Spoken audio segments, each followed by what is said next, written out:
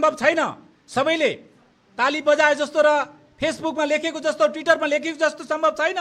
किनभने यो विकास आफैमा एउटा त्याग, समर्पण र सबैको चासो र त्यागबाट मात्रै सम्भव छ।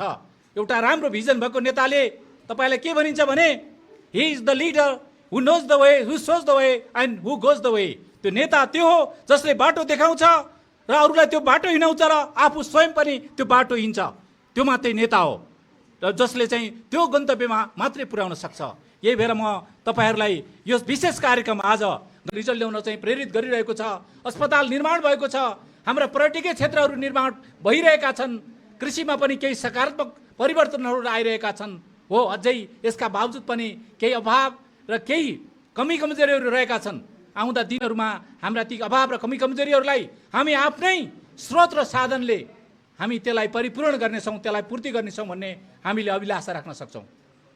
विकास त्यत्तिकै सङ्घजना गाउँपालिकाको 19औं गाउँसभामा यहाँहरूलाई फेरि एकचोटि हार्दिक हार्दिक स्वागत भन्दै आफ्नो छोटो मन्तव्य यहीँ पुरा गर्छु। हस्, अभिवादन, नमस्कार।